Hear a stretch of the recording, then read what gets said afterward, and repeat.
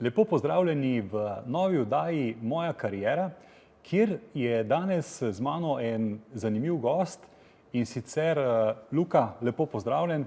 Živa. Luka je namreč ustanovitelj podjetja Quantifly, kjer se ukvarjate z organizacijsko diagnostiko, ampak glede na to, da je oddaja oziroma moji gosti, s katerimi se pogovarjam, se pravi o tej neki karierni poti, a ne? Da si danes lahko to, kar si, da lahko danes počneš to, kar počneš, a ne, je seveda pred tabo bilo kar nekaj let. In kje ne nazadnje so v bistvu tisti prvi, mogoče neki mentorski začetki, neke spodbude, tudi kasneje za študij in seveda na koncu seveda pot podjetništva in tako naprej. Luka, izvoli. Hvala. Se pravi, rekel bi, da so v otroštvu me nekako najbolj zaznamovale Lego kocke. Že od majhnega sem pač prepoznal dodano vrednost v tem, da nekaj svojega zgradiš, da uresničiš svojo vizijo in v bistvu oblikuješ take sorte svet, kot si ga želiš. In zame so bile Lego kocke način, kako lahko to nekako izraziš. Od majhnega sem si nekako želel oziroma sem si zastavil vizijo karierne poti, kjer bi bil bodisi rockstar, se pravi igral na odru, bodisi bil pravnik ali pa podjetnik. Zdaj izhajam iz relativno revne ali pa skromne družine, tako da nisem imel, ni bilo samoumevno, da bom pristal v podjetništvu ali kaj podobnega, ne. Nisem se imel zares od koga to posebej naučiti. Sem pa iskal pač vzore v knjigah pa v filmih. In moram reči, da mi je uspelo v bistvu relativno hitro poklukati vsa ta področja. Tako da sem dejansko igral v bendu, smo imeli tudi kar nekaj koncertov. Prav letos smo se po 10 letih zbrali na odru. Potem sem doštudiral pravo in tudi 2 leti dejansko delal v mednarodni odvetniški pisarni. In to je bila s časoma tudi neka iztočnica za mojo samostojno poslovno pot.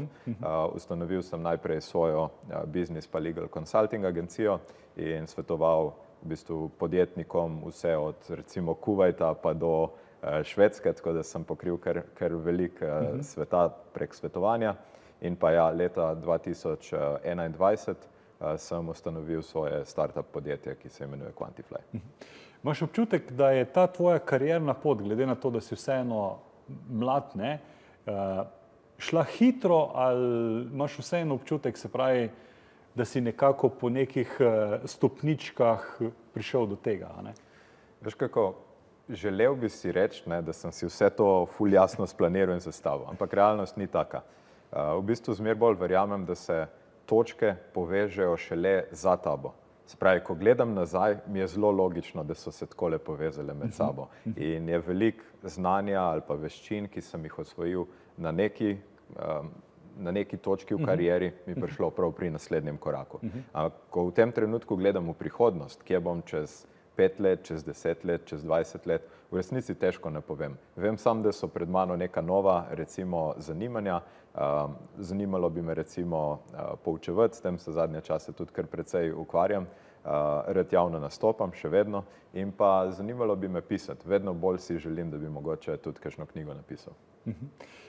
Okej, ampak vseeno, recimo, vem, recimo, če primerjam, ne vem, 20-30 let nazaj, a ne? Okej, obstajale so že verjetno tudi takrat, oziroma saj bova jih poimenovala, neke organizacije, kjer so definitivno, se pravi, se malo bolj usmerjali ali na eni strani politiko ali pa mogoče na drugi strani v ta podjetniški del ali pa se pravi tudi prostovoljstva, organizacij, se pravi, ki zbirajo denar, ne. Namreč in v takšnih krogih ponavadi je marsikdo našel neko mentorstvo, a ne. Imaš ti kakšnega mentorja ali pa kakšno tako osebo, na katero se res še posebej spomniš, pa tako včasih reči, hvala, da sem to osebo imel priložnost spoznati pri 15-16 letih in tako naprej. Ja, takih ključnih oseb je bilo zelo veliko, tako da če bi šel zdaj naštevati, bi gotovo pač spustil koga ključnega. Ampak bom dal recimo en primer. Odraščal sem z enim družinskim prijateljem, bila sva praktično soseda, najina starša sta bila skupaj v vojski, to je tista klasična zgodba. In sem se zelo veliko igral in družil z njim v otroštvu. In on je za razliko od mene izbral neklasično pot. Se pravi, šel je študirati računalništvo v srednji šoli, potem začel razvijati spletne strani in postavil v bistvu svoj prvi biznis recimo že tam pri 19-20 letih. Potem je imel tudi priložnost delati za en ameriški startup, Todoist, ki je kar dost pač poznan in tudi kar dobro valuacijo je dosegel, se vrnil nazaj in potem štartal v bistvu svojo dizajn agencijo, iz katere se je potem rodilo več različnih biznisov. Ne bom ga zdaj omenil z imenom, ampak lahko pa povem, da recimo njegova pot mi je bila izjemno zanimiva, zato ker koga drugega takega nisem poznal. In sem imel zelo srečo, da je nekdo, ki je v bistvu v mojih let oziroma v njegovem primeru celo 2 leti mlajši od mene, korak pred mano. In verjetno si ne bi upal zapustiti varnega okolja, neke mednarodne odvetniške pisarne, zelo jasno kariero in tako naprej, tudi prestižnimi nazivi, če ne bi videl nekoga, ki mu je to uspelo. Tako da on je bil gotovo tak. Pa da ga vseeno malo bolj poznaš, ne? Ja. Ker v bistvu ravno to je, ne? A veš, ko nekoga poznamo, ne, je tudi malo zaupanje večje, ne? In imamo tudi mogoče, ker tudi recimo kaj danes lahko vidimo, ne? Preko družbenih omrežij mi vidimo eno sliko, ne veš pa, kaj je v ozadju, ne? In recimo tebi je to zagotovo pomagalo in mogoče tudi to kot nasvet marsikomu, ne? Recimo, če si že poiščil nekega vzornika, ne? Ne imajo mogoče 2 ali pa 3 nekoga, ki imajo tudi direktno pogled, tako kot si ti imel, a ne? In mogoče od nekoga, ki pa je samo zunanja slika, a ne? Moram reči, da je prav to poznanstvo bil tudi eden izmed razlogov za projekt, ki ga bova gotovo v nadaljevanju bolj podrobno spoznala, Pot do uspeha. Prav zaradi tega, ker če sam ne bi imel nekoga takega v življenju, plus še celega kupa drugih v nadaljevanju svoje karierne zgodbe, si ne bi mogoče upal sprejeti nekaterih odločitev ali pa še hujš, sploh ne bi vedel, da sploh obstaja ta možnost. In zato tam nekje leta 2019 sem si želel najprej napisati knjigo, kaj bi me oče moral naučiti, pa me nikar tudi sam ni znal, ker so pač prav take stvari, ne, ki jih mogoče ne bi izvedel, če ne bi teh ljudi srečal, ne. In iz tega naslova oziroma te želje po tej knjigi se je v bistvu rodila Pot do uspeha. To je dobrodelni projekt, znotraj katerega poskušamo mladim predati znanja in veščine, ki jih ne pridobijo v srednji šoli, pa bi jih morali. In ključen element tega projekta je prav to, da jih spoznamo z mladimi uspešnimi posamezniki. Predavatelji so namreč praviloma stari do 35 let, tako da tudi jaz se bom v roku 2 let moral posloviti.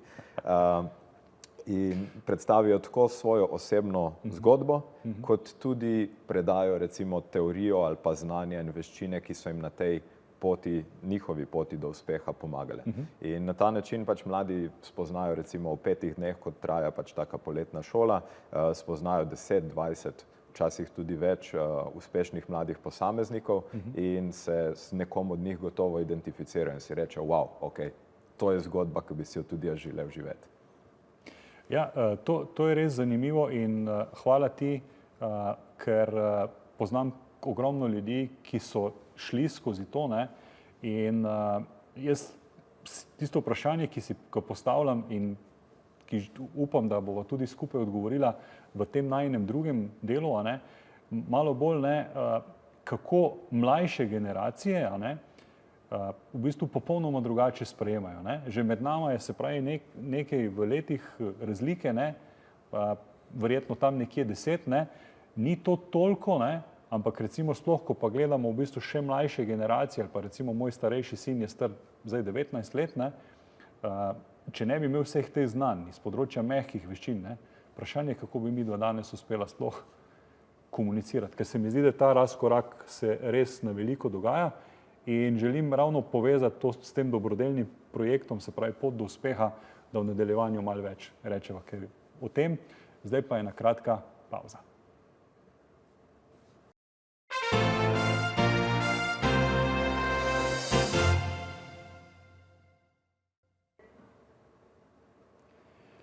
Pot do uspeha je projekt, ki praviš, da v bistvu je nekaj, kar bi si ti želel mogoče, ko si začenjal stopati na neko karierno pot, V zadju vidimo tudi kar nekaj slik iz enega izmed takšnih dogodkov. Daj nam povej kaj več, kako si prišel na to idejo, kakšni so pogoji, kaj počnete, pa ključno, kar se mi zdi, je to dobrodelno.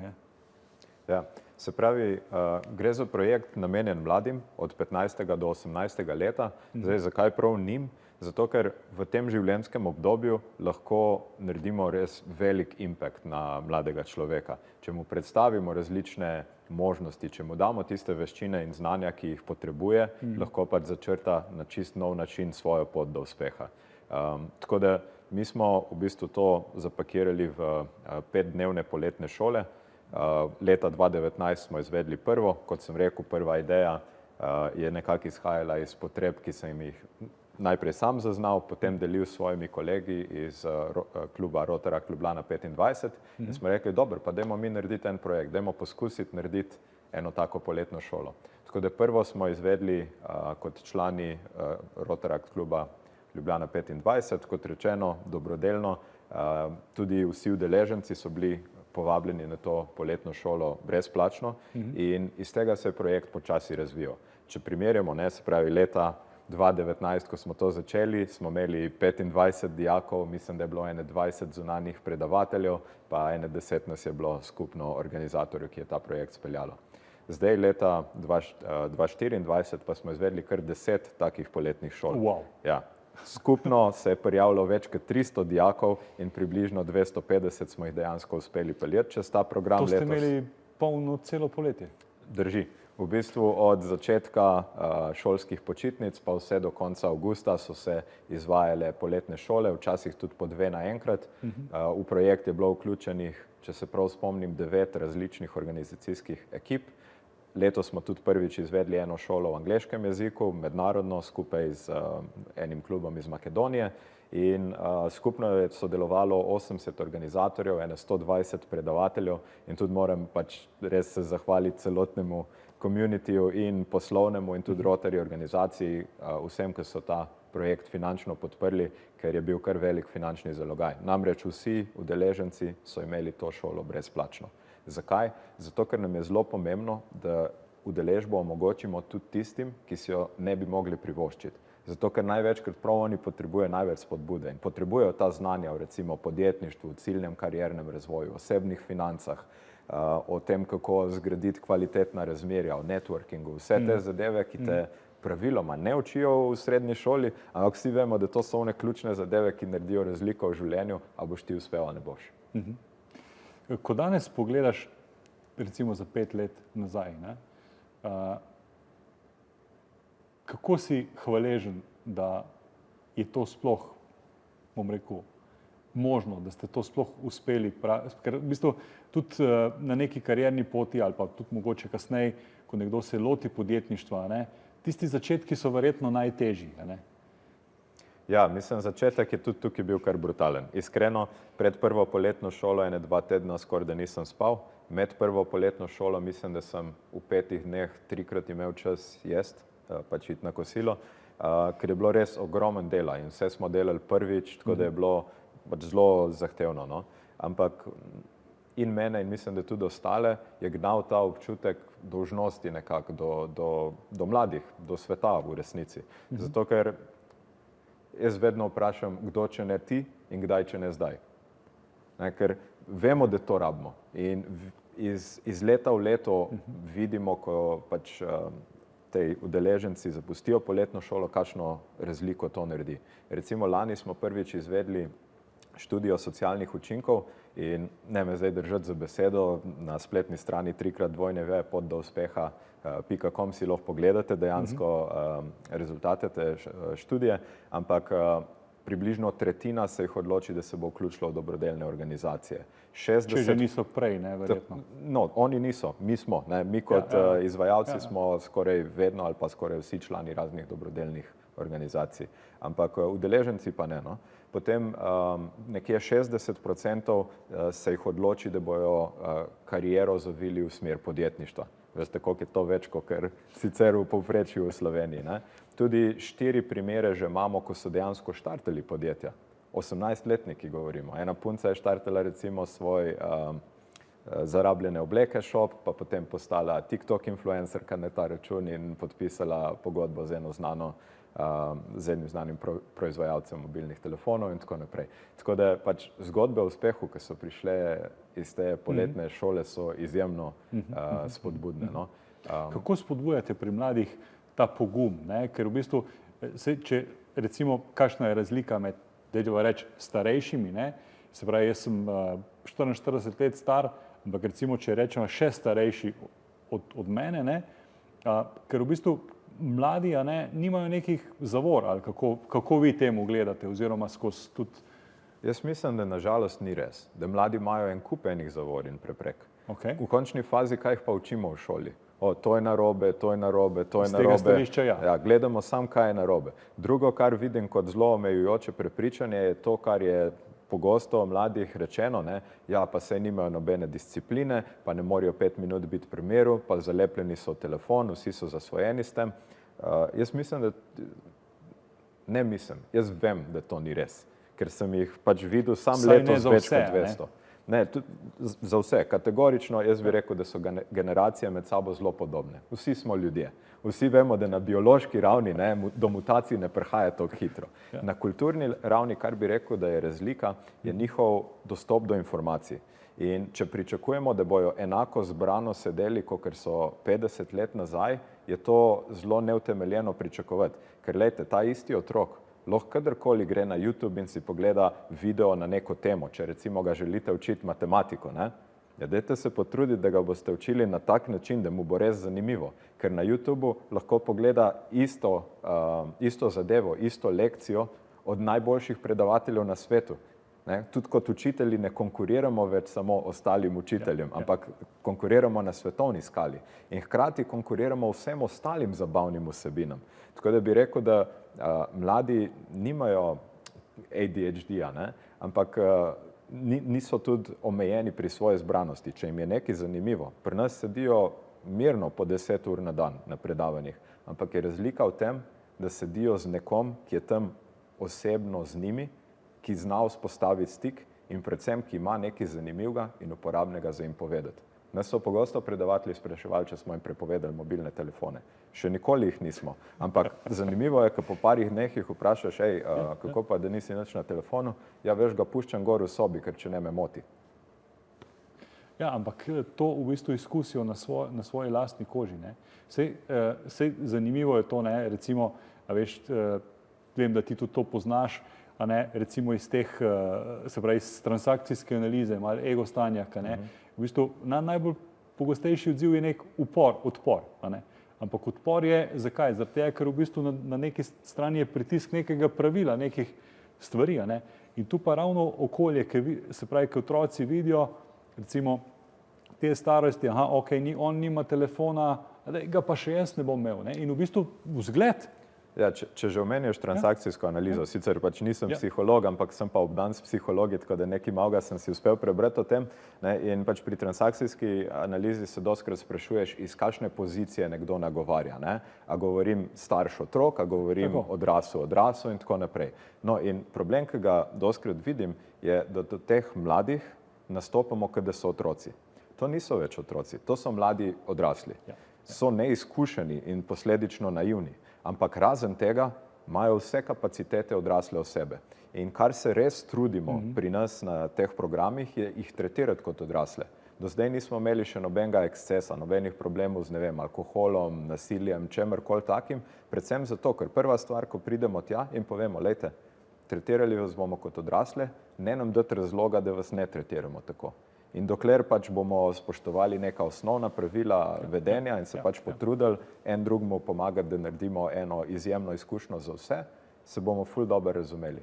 In to razumejo, vse so čisto sposobni to razumeti. Ampak se mi zdi, da do tega upora, ki ga omenjaš, pogosto pride zato, ker jih tretiramo, da so pač otroci ali da so neumni ali ne vem kaj. Niso, zelo sposobni so.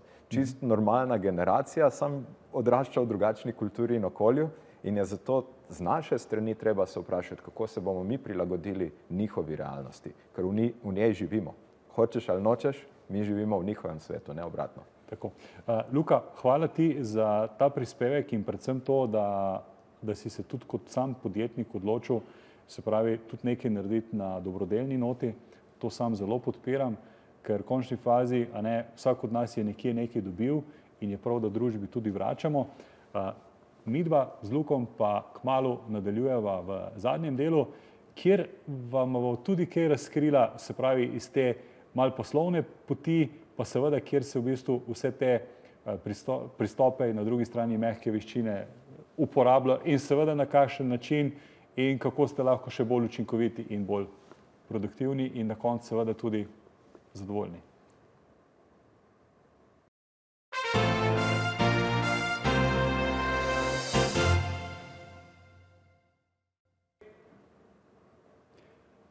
Prej sva se pogovarjala o tej poti do uspeha. Skozi različne te programe si tudi ti sam ustvarjal neko svojo, kot si omenil na samem začetku, neko željeno poslovno pot. In enkrat vmes se je rodila, se pravi, ideja v podjetju Quantifly, se pravi, kjer se ukvarjate z organizacijsko diagnostiko. Pa preden padeva v to, se mi zdi ključno to, ne, recimo v organizacijah pogosto sprašujejo vodje, kako naj zdaj jaz pridem do te neke avtoritete. In med najnim pogovorom prej si mi dal neke zanimive iztočnice in bom vesel, da to razmišljanje tvoje tudi podeliš. Kaj se zgodi že takrat, ko začnemo razmišljati, jaz rabim avtoriteto? Jaz vedno izhajam iz tega, da če nekdo more ali pa želi postaviti avtoriteto, je že zelo slabo štartov. Zato, ker ljudje ti ne sledijo prostovoljno zaradi avtoritete, ampak zaradi zaupanja in zaradi skupnih interesov. In zato tudi kot vodja, če želiš dejansko voditi ljudi, se ne sprašuješ toliko o svoji avtoriteti. Nima nobene veze, če že bo prišla sama s sabo. Namesto tega se sprašuješ, a lahko tem ljudem razložim, zakaj je v našem skupnem interesu, da gremo tja.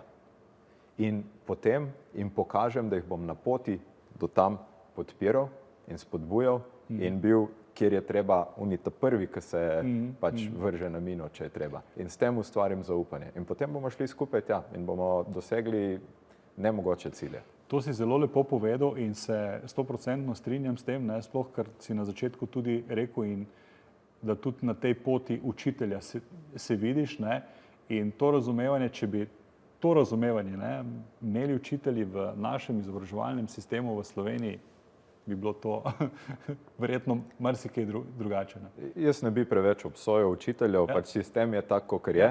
In ko sva omenila Quantifly, to je tudi ena izmed ključnih točk pri Quantiflyju. Mi želimo nekako tudi skozi to organizacijsko diagnostiko pokazati, da nima smisla se ukvarjati s posamezniki v tem smislu, da iščemo krivca. Se pravi, ne loviti čarovnic, dajmo loviti probleme. Zato, ker če lovimo čarovnice, kaj se zgodi? Ker naenkrat nas je vse strah, kdo bo naslednji čarovnica, a bom jaz, in začnemo en drugega špecati in začnemo ustvarjati zelo toksično kulturo. Namesto tega, ko pride do neke težave, se dajmo vprašati, ne kdo je kriv, ampak kako je do te težave prišlo. Se pravi, iščemo sistemske vzroke za nastalo situacijo. In pri tem nam pač pomaga organizacijska diagnostika. Tako da to je bila tudi core ideja Quantiflyja. In zato tudi tukaj jaz ne bi s prstom pokazal na učitelje, ampak dajmo se vprašati, a obstajajo neki sistemski razlogi, zaradi katerih učitelji ne morejo se zanašati, ne vem, na zaupanje in iskanje skupnih interesov. A je mogoče problem že v tem, da je študijski ali pa učni program malo slabo zastavljen in da so zelo omejeni in imajo zvezane roke pri tem, kaj sploh lahko predajo mladim. Ne? Tako da zato jaz res se poskušam čim bolj izogibati sodbam. Samo iz te perspektive, kot si prej sam omenil, ne, če bi si dovolili dati besedo avtoriteta stran in se postavljati vprašanje, želim več sodelovanja, tako kot tega si želimo v organizacijah, zdaj pa vseeno je to podjetju ali je to neprofitna organizacija ali pa ne nazadnje, se pravi, neka javna uprava ali pa kakorkoli. In v bistvu, kaj je naš skupen cilj? Ne? Ja. Ok, in kaj, da je tako vseeno, ne, glede na to, se pravi, kariera, ustanovitev podjetja, startup, startup beseda je danes vse bolj poznana, pri mladih zelo, bom rekel tako, znana, po drugi strani pa vseeno so neke statistike, ne, vseeno toliko in toliko startup podjetij ne uspe. A ne. Verjamem, da ti ne razmišljaš o tem, da ne bi uspeli in da vsak podjetnik, ki začne neko podjetniško pot, ne razmišlja o tem, ne, ampak komu se pa tudi to zgodi. Ne, in zagotovo vi, se pravi, z organizacijsko diagnostiko lahko tudi kakšno tako zadevo predvidite že vnaprej. Zdaj tako, najprej glede startupa in statistike. Ne. Jaz mislim, da kot ustanovitelj, še posebej, če greš po startup poti, se moraš te statistike zavedati. Tako da jaz se ne bi strinjal s tem, kar praviš, da ne razmišljamo o neuspehu. Jaz skozi razmišljam o neuspehu, ker statistično gledano je bolj verjeten od uspeha. Ne. In je fajn, da se tega zavedaš in se vprašaš, kako lahko zagotovim, da ne bomo žrtev statistike. Kaj lahko naredim boljš, kaj lahko naredim drugače. Ne? Druga stvar, ki se mi zdi pomembna, je, da v startupu vedno poskušamo graditi kulturo eksperimentov. Ne? Se pravi, že ko sem zastavil oziroma štartil Quantifly, sem ga zastavil v bistvu kot set znanstvenih hipotez. Prva je bila, lahko razvijamo diagnostični sistem ali pa model, ki bo omogočal menedžerjem, da razumejo, kaj točno se v organizaciji dogaja, kako tečejo komunikacijske poti med zaposlenimi, kateri so ključni pretočniki informacij, kako so zadovoljni, s čim niso zadovoljni in tako naprej, da na podlagi tega lahko pripravijo konkretne ukrepe, s katerimi se da situacijo izboljšati na sistemski ravni. Ker če iščemo krivca, danes je Janez, jutri je Peter, kaj bomo vse odpustili? Pač treba je poiskati sistem, ki deluje. Ne? No, potem druga hipoteza je bila, da bomo bili sposobni to prodati, da bojo menedžeri to dejansko ali pa direktorji to dejansko želeli kupiti. Tudi to drugo hipotezo smo dosti hitro pač potrdili že v roku prvega leta od ustanovitve. Potem je bila pa tretja hipoteza, ki je pa zelo kompleksna in pa hkrati ključna za startup. In to je hipoteza, da bomo okoli tega lahko zgradili skalabilen poslovni model. To je poslovni model, ki omogoča zelo hitro rast in internacionalizacijo. In tukaj bi se za trenutek ustavil, ker se mi zdi zelo pomembno za razumevanje razlike med startupom in nekim klasičnim podjetjem. Se pravi, klasično podjetje raste postopoma, govorimo o rasti 10 do mogoče 30% maksimalno na leto in je po svoji naravi precej stabilno in pa običajno ne uvaja neke posebne inovacije. Se pravi, če jaz štartam jutri avtomehanično delavnico, bom začel pač popravljati avte, čez čas, ker mi bo šlo dobro, bom zaposlil enega, potem dva, potem tri in s časoma bom imel avtoservis. No, pri startupu imaš pa tri ključne lastnosti, ki ga delajo drugačne. Prva je ta, da uvaja neko inovacijo. Druga je ta, da pač ima skalabilen poslovni model, ki omogoča pač hitro rast in to dvoje skupaj nam da razlog za iskanje zunanjega kapitala. Ker ključna v startupu je hitrost. Ker če jaz ne bom dovolj hiter s to inovativno idejo, mi jo bo nekdo drug speljal, jo bo nekdo drug pač pripeljal. Tako da to dvoje je ključno in pa tretje, kar je ključno, je to zunanje financiranje, ki ga brez prvih dveh pogojev itak ne moreš dobiti. Tako da ta tretja hipoteza je bila pri nas, se je izkazala za bolj kompleksno, kot sem sprva predvideval in je tudi glavni razlog, zakaj pač danes razmišljamo o tem, a smo še na poti do uspeha, moramo mogoče spremeniti.